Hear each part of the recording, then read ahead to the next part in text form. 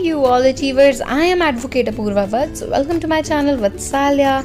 Please subscribe to my channel. Also do not forget to press this bell icon to stay notified when we upload a new video. आप सभी को नमस्कार और आज मैं बहुत ही इम्पॉर्टेंट टॉपिक्स पर वीडियो लेकर आई हूँ। और दोस्तों, आप सभी ने मुझसे कमेंट्स के थ्रू ये सारे क्वेश्चंस पूछे हैं जो कि ऑल इंडिया बार एग्जामिनेशन जो कि बस जल्द ही आने वाला है उससे रिलेटेड ये सारे क्वेश्चंस हैं। और ये ऐसे क्वेश्चंस हैं दोस्तों जो सभी के मन में होते हैं और सभी इस चीज़ को लेकर थोड़ा सा स्ट्रेस ले रहे होते हैं। लेकिन आज मैं उन्हीं सभी क्वेश्चंस का आप सभी को आंसर करने जा रही हूँ। प्लीज वीडियो के साथ बने रहिएगा। और दोस्तों, मैं आपको एक और चीज बता दूं, मैंने एआईबी से रिलेटेड ऑलरेडी बहुत सारी वीडियोस अपलोड की हुई है, आप प्लेलिस्ट में जाकर चेक कर सकते हैं। और जो भी आपके सवाल हैं, आई एम श्योर कि आपके मन में जो भी दुविधा होगी या फिर कोई भी आपके मन में एक ऐसा कंफ्यूजन होगा, वो मेरी वीडियोस के थ्रू आप उसे क्लियर कर सकते हैं। तो आज का पहला सवाल जो कि बहुत सारे बच्चों ने कमेंट सेक्शन में पूछा है वो ये है कि बेयर एक्ट डिगलॉट एडिशन क्या होता है, या बेयर एक्ट कौन सी लेके जाएं, या अगर आप लॉ कर रहे हैं या फिर लॉ कर चुके हैं, अब आपको प्रैक्टिस करनी है, एआईबी देना है या फिर कोई भी कॉम्पिटिटिव एग्जाम देना है लॉ से रिलेटेड, तो आपको कौन सी या किस टाइप की बेयर एक्ट्स खरीदनी चाहिए। तो यहाँ पर मैं आईपीसी से स्टार्ट कर रही हूँ दोस्तों। बहुत इंपॉर्टेंट सब्जेक्ट है और हर किसी के पास आईपीसी की या ये जो मेजर आपके सब्जेक्ट्स हैं सीपीसी, सीआरपीसी, एविडेंस, इन सब की बेयर एक्ट्स होना मैंडेटरी हैं अगर आप लॉ फील्ड से बिलोंग करते हैं। तो अब बात करते हैं डिगलॉट एडिशन की। आप कैसे पहचान सकते हैं? पहली बात तो डिगलॉट एडिशन होता क्या है और आप कैसे इसको पहचान सकते हैं। ये है नॉर्मल वाली बेयर एक्ट जिसके अंदर आपको कुछ भी नहीं, आपको सिंपल दिख रहा है। और ये है दोस्तों डिगलॉट एडिशन। उसके ऊपर हमेशा मेंशन होगा कि ये डिगलॉट एडिशन है। आप देख रहे हैं दोनों में डिफरेंस? ये देखिए, यहाँ पर आपको सब कुछ इंग्लिश में दिख रहा है कि सारी इन्फॉर्मेशन इंग्लिश में दी हुई है, और यहाँ पर जो आप इन्फॉर्मेशन देख रहे हैं ये इंग्लिश हिंदी दोनों में दे रखी है। तो डिगलॉट का मतलब ये है कि जो बेयर एक्ट डुअल लैंग्वेजेस में दी हुई है, जैसे कि इंग्लिश और फिर हिंदी। अगर आप किसी और स्टेट में रहते हैं तो आपको यही हिंदी वाली आपकी जो लोकल लैंग्वेज है, या अगर वो लोकल लैंग्वेज प्रिस्क्राइब्ड है बेयर एक्ट्स एंड स्टैट्यूट्स में, तो जरूर उस लैंग्वेज के भी आपको डिगलॉट एडिशंस मिल जाएंगे। अब मैं आपको दिखाती हूँ दोनों का डिफरेंस। ये देखिए, ये जो हमने ये जो है हमारी सिंपल वाली आईपीसी की बेयर एक्ट, आप देखेंगे जो सारे सेक्शंस है ना, वो सारे सेक्शंस इंग्लिश में ही लिखे हैं और इंग्लिश में ही इनकी जो डेफिनेशंस हैं या फिर कुछ भी आपको इन्फॉर्मेशन बेयर एक्ट देती है, स्टैट्यूट देता है, वो सारी इंग्लिश में ही लिखी हुई है। ये देखिए, और देखिए मैं ये जैसे कि मेरी बहुत पुरानी बेयर एक्ट है जिसके अंदर मेरे सारे नोट्स बने हुए हैं, इंपॉर्टेंट चीज़ें बनी हुई हैं। तो बट एनीवेज, और जो अगर हम डिगलॉट एडिशन की बात करते हैं उसके अंदर आप सबसे पहले देखिए जो कुछ भी इंग्लिश में लिखा है वो ही सब कुछ हिंदी में भी लिखा है। आगे चलते हैं, कंटेंट्स की बात करते हैं। तो कंटेंट्स देखिए, एक पेज पर इंग्लिश में डिस्क्राइब किए हुए हैं और एक पेज पर हिंदी में डिस्क्राइब करे हैं। ये उन बच्चों के लिए है जो नया नया बेयर एक्ट को पढ़ रहे हैं या फिर समझना चाहते हैं एक सेक्शंस को बहुत ही डिटेल्ड में, या फिर उनकी हिंदी को भी साथ साथ वो परस्यू करना चाहते हैं। तो बहुत सारे लोग, बहुत सारे लॉयर्स ये डिगलॉट एडिशन लेते हैं। और मैं आपको बता रही हूँ दोस्तों, मेरे पास बहुत सारे मेजर सब्जेक्ट्स की एक ही सिंपल वाली बुक भी है और सभी की मेरे पास डिगलॉट एडिशन भी है, ताकि मुझे हिंदी के टर्म्स भी याद हो जाएं, हिंदी में कैसे लिखते हैं। जैसे कि अगर मैं छोटी सी बात बोलूँ, यहाँ पर लिखा है फोर्स। फोर्स को हिंदी में क्या कहते हैं? बल। तो ये आपको हिंदी, जब आप जुडिशरी प्रिपेयर करते हैं, एंट्रेंस एग्जाम्स देते हैं, तो आपको ये हिंदी का जो आपका सब्जेक्ट होता है उसमें ये बहुत ज़्यादा काम आते हैं। हर एक चीज़ हिंदी में लिखी हुई है। जैसे ये कंटेंट्स हैं। आगे सेक्शंस की तरफ चलते हैं। जैसे एक छोटे से सेक्शन की मैं बात करती हूँ, जैसे कि यह 45 सेक्शन है, that is life. The word life denotes the life of a human being unless the contrary appears from the contest. अब यही लाइफ की, अगर आपको लाइफ को बेयर एक्ट लैंग्वेज में हिंदी में अगर आपको इसको डिफाइन करना है तो आप क्लूलेस हो जाएंगे कि यार कैसे करें, कैसे बोले लाइफ को हिंदी में। तो यहाँ पर जीवन, जैसे कि लाइफ जीवन, ओके, तब जब तक कि संदर्भ में तत्प्रतिकूल प्रतीत ना हो, जीवन शब्द मानव का जीवन शोधक है। तो देख रहे हैं आप, इसमें हिंदी की प्रिपरेशन बहुत अच्छी हो जाती है। या फिर अगर आपको कोई भी सेक्शन समझ में नहीं आ रहा है, थोड़ी प्रॉब्लम हो रही है, थोड़ा इसका इंग्लिश नहीं समझ आ रहा है या लैंग्वेज नहीं समझ आ रही है, तो आप हिंदी के थ्रू ना इसको बहुत आसानी से समझ सकते हैं। देखेंगे जितना एक पेज में इंग्लिश में लिखा है उतना ही एक पेज पे हिंदी पे लिखा है। तो ये डिगलॉट एडिशन होती है। बहुत सारे स्टूडेंट्स ने मुझसे पूछा है डिगलॉट एडिशन के बारे में, तो मैंने सभी को ये बोला कि मैं अपनी वीडियो के थ्रू बताऊंगी। अब चलते हैं दोस्तों नेक्स्ट क्वेश्चन की तरफ।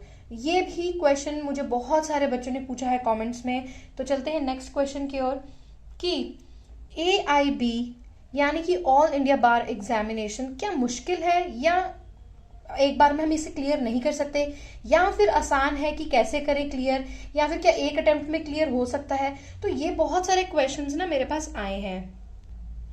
तो अब AIB डिफिकल्ट है या सिंपल, सीधा डायरेक्ट इस क्वेश्चन पर आते हैं। देखिए दोस्तों, मैं आपको बहुत ही क्लियर लैंग्वेज में बता दूं कि AIB उनके लिए डिफिकल्ट है जिन्होंने लॉ अच्छे से नहीं पढ़ी, जिनको बुक का ही नहीं पता कि बुक कैसी होती है या बुक के अंदर क्या क्या कंटेंट्स हैं, या उन्होंने एक बार भी बुक नहीं रीड करी है, बेयर एक्ट्स उनको पता ही नहीं है, हवाओं में है कि यार बेयर एक्ट्स होता क्या है। उन सब बच्चों के लिए AIB क्लियर करना फर्स्ट अटेम्प्ट में बहुत मुश्किल है। लेकिन हाँ, अगर वो जो स्टूडेंट्स हैं जिन्होंने लॉ को अच्छे से पढ़ा है, या फिर उनकी जो भी गाइड्स थी, बुक्स थी, उनके पास कोई नोट्स थे, उनको एक बार उन्होंने गो थ्रू किया हुआ है, पढ़ा हुआ है, या खुद के नोट्स बनाए हुए हैं, उनके लिए AIB कुछ भी नहीं है। अब जैसे कि एक मैं सिंपल बेयर एक्ट की बात करती हूँ। मान लीजिए आपके पास IPC का कोई क्वेश्चन आता है, तो आप क्या करोगे? आपके पास क्वेश्चन आया, अब आपने ये बुक पहली बार देखी है, मतलब आपने देख तो लिया कि चलो AIB के लिए हमें फटाफट से ये वाली बुक्स लेके जानी है, और आप इसे थैले में भर के अपने लगेज बैग में भर के ले गए हो। बट अब आपको पता ही नहीं है इसके अंदर कैसे कहाँ कुछ लिखा हुआ है, या फिर कैसे सिलेबस डिस्ट्रीब्यूट हुआ है।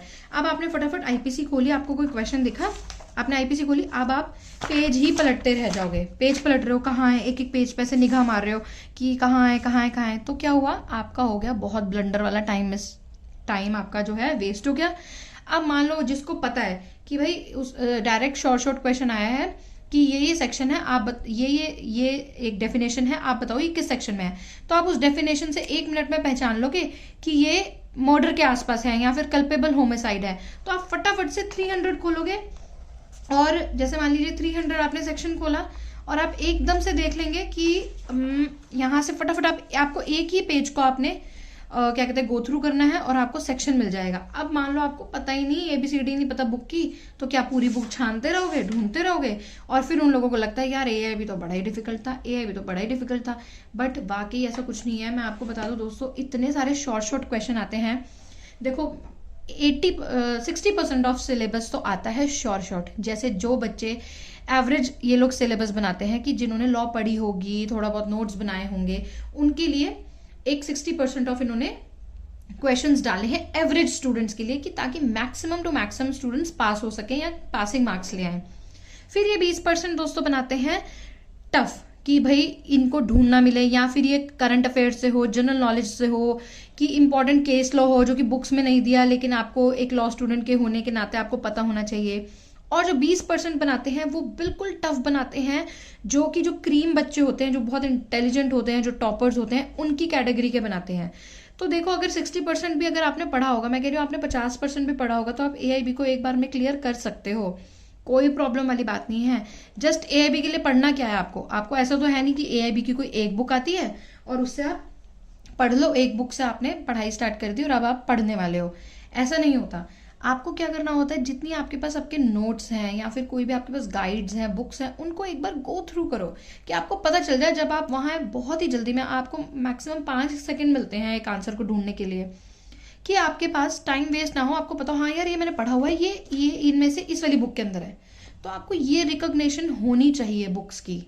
तो इसीलिए पता है, अगर आपके पास अभी कितने दिन रह गए हैं, मतलब जितने भी आपके पास अभी दिन रह गए हैं, 20 करीबन दिन रह गए हैं, आपको कुछ नहीं करना, आप सिर्फ एक बार ना रीड आउट मार लो, चाहे बेयर एक्ट्स को, चाहे आपके पास कोई गाइड बुक्स हैं उनको एक बार रीड आउट मार लो। जैसे कि मैं आपको अभी दिखाती हूँ, ये एक गाइड है जो कि मैंने अपनी वीडियोस में आपको पहले भी बता रखा है कि कौन सी गाइड, ये AK जैन की वॉल्यूम्स हैं।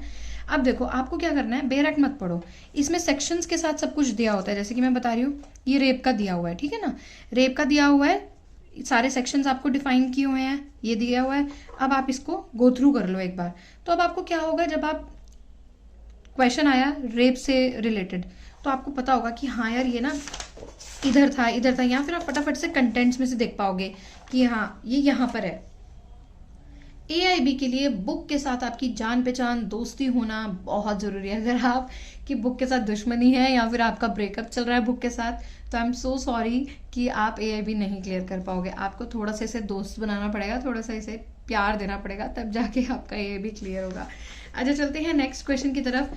ठीक है, टफ या सिंपल हो गया भाई, जो बच्चे थोड़ा बहुत भी पढ़ लेंगे या फिर थोड़ा बहुत भी अभी गो थ्रू कर लेंगे, थोड़ी सी स्टडी कर लेंगे, तो एक बार में पास हो जाएंगे।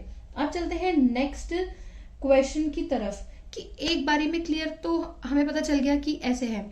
अच्छा पता है, मैं जब अपना एआईबी दे रही थी ना, तो मैंने देखा कि लोग ना लगेज भर भर के बुक्स लेकर आ रहे हैं, मतलब जो ट्रैवलिंग बैग्स होते हैं उसको भर भर के बुक लेकर आ रहे हैं। और मेरे पास गिनती की बेयर एक्ट्स को मिलाकर बता रही हूँ, मेरे पास कुछ 12-13 बुक्स थी। मतलब 12-13 बुक्स में भी ये लगा लो कि ऐसी छोटी छोटी किताबें थी मेरे पास, मतलब सारी तो बेयर एक्ट्स थी।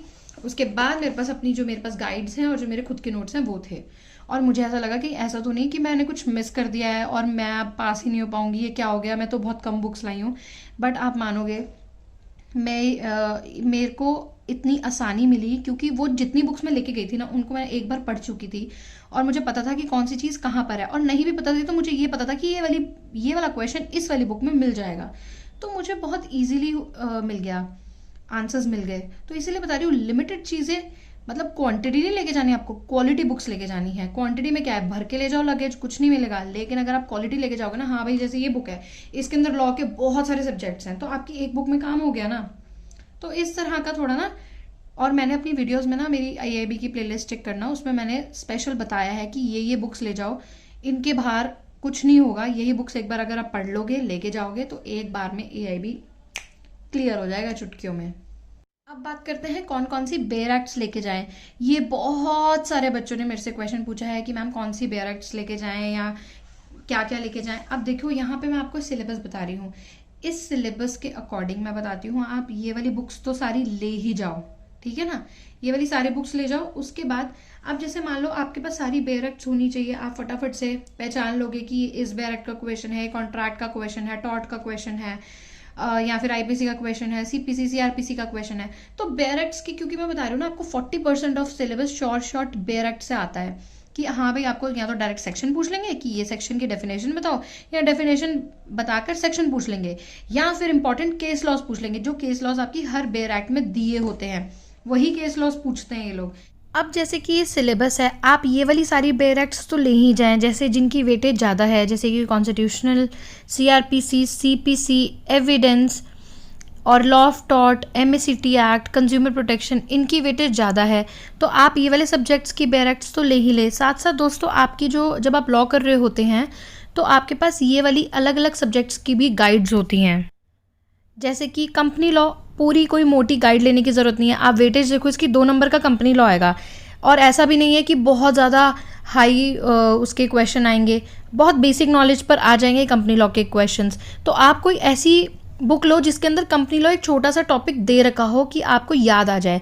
अदरवाइज एक बुक कैरी करना बिल्कुल बेकार है।